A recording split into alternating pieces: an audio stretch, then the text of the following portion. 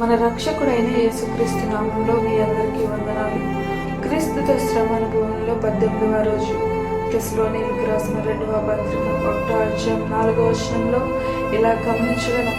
అందువలన మీ హింసలన్నిటిలోనూ మీరు సహించుచున్న శ్రమల్లోనూ మీ ఓర్పును విశ్వాసము చూచి మేము దేవుని సంఘంలో మీ యందు అతిశయపడుచున్నాము. విశ్వాసంలో నిలకడ, ప్రేమల అభివృద్ధి, ఈ రెండిటిలో తెస్సలోనిక సంఘం మొదటి స్థానంలో ఉంది. లౌకిక సంబంధమైన ప్రతి ఒత్తిడిలో సిలువ శ్రమ ఎదురైన నమ్మకంగా, ఓపిక, నిలకడగా మరియు సమర్థవంతంగా ప్రతి శ్రమను ఎదుర్కోగలిగే అనుభవం పొందింది ఈ సంఘం. శ్రమల ఒత్తిడిలో తమ జీవితాలను లెక్క చేయకుండా మరణానికి కూడా అప్పగింపబడిన వారున్నారు. అయినప్పటికీ ప్రతి శ్రమ అనుభవంలో శ్రమ సంతోషంగా మార్చే రోజు కోసం వేచి చూస్తుంది ఈ సంఘం. ఎదుగుదలకు పోషణ చాలా అవసరం. పరిశుద్ధాత్మ ద్వారా పొందే ఈ పోషణలో దేవుడు మన విశ్వాసాలను అభివృద్ధిపరుస్తుంటాడు.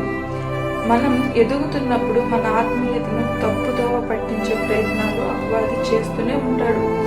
సంఘంలోని తప్పుడు బోధలు, సహవాసంలో కలిగే తప్పుడు నిర్ణయాలు, ఇవన్నీ విశ్వాసంలో బయటకు బాగానే కనిపించినా క్రమంగా మన విశ్వాసాన్ని దిగజారుస్తుంటాయి. వీటిని గమనించుకోవాల్సిన అవసరం ఎంతో ఉంది. మీరు విశ్వాసం గలవారై ఉన్నారో లేదో మిమ్మల్ని మీరే శోధించుకొని చూచుకొనుడి, మిమ్మల్ని మీరే పరీక్షించుకోండి. మీరు భ్రష్టులు కాని ఎడల యేసుక్రీస్తు మీలో ఉన్నాడని మిమ్మల్ని గూర్చి మీరు ఎరుగరా? కొరింథీయులకు రాసిన 2వ పత్రిక 13వ అధ్యాయం 5వ వచనంలో రాయబడి ఉంది. అవును, క్రీస్తు మనలో ఉన్నప్పుడు, పరిశుద్ధాత్మ నింపుదల పొందినప్పుడు ఆత్మలతో దేవుడు బయలుపరుస్తుంటాడు. వ్యత్యాసమైన బోధనలు గ్రహించగలిగే అనుభవంలోకి మనమందరం రావాలనేదే నా ఆశ. అజాగ్రత్తగా గల సోమరితనం విడిచిపెట్టి లేచి క్రీస్తు కొరకు కఠినంగా సేవ చేయాలనేదే ఆనాడు పౌలు తెస్సలోనిక సంఘానికి జ్ఞాపకం చేస్తున్నాడు.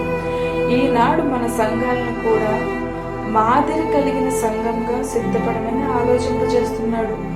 మన ఈ అనుదిన ధ్యానంలో క్రీస్తుతో ప్రతి శ్రమ అనుభవం పొందుతూ మన జీవితాల కొరకైన జాగ్రత్తలు కలిగి ఉండవాలని గ్రహించి క్రీస్తు యొక్క 2వ రాకడను గురించి సిద్ధ మనసును ప్రభువు మన అందరికీ దయచేయనుగాక.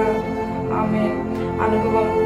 అజాగ్రత్త గల సోమరితనము విడిచిపెట్టి లేచి క్రీస్తు కొరకు కఠినంగా సేవ చేయాలనే ఆలోచన, క్రీస్తుతో శ్రమ అనుభవించాలనే పట్టుదల. దేవుడి వాక్యం దీవించుగాక.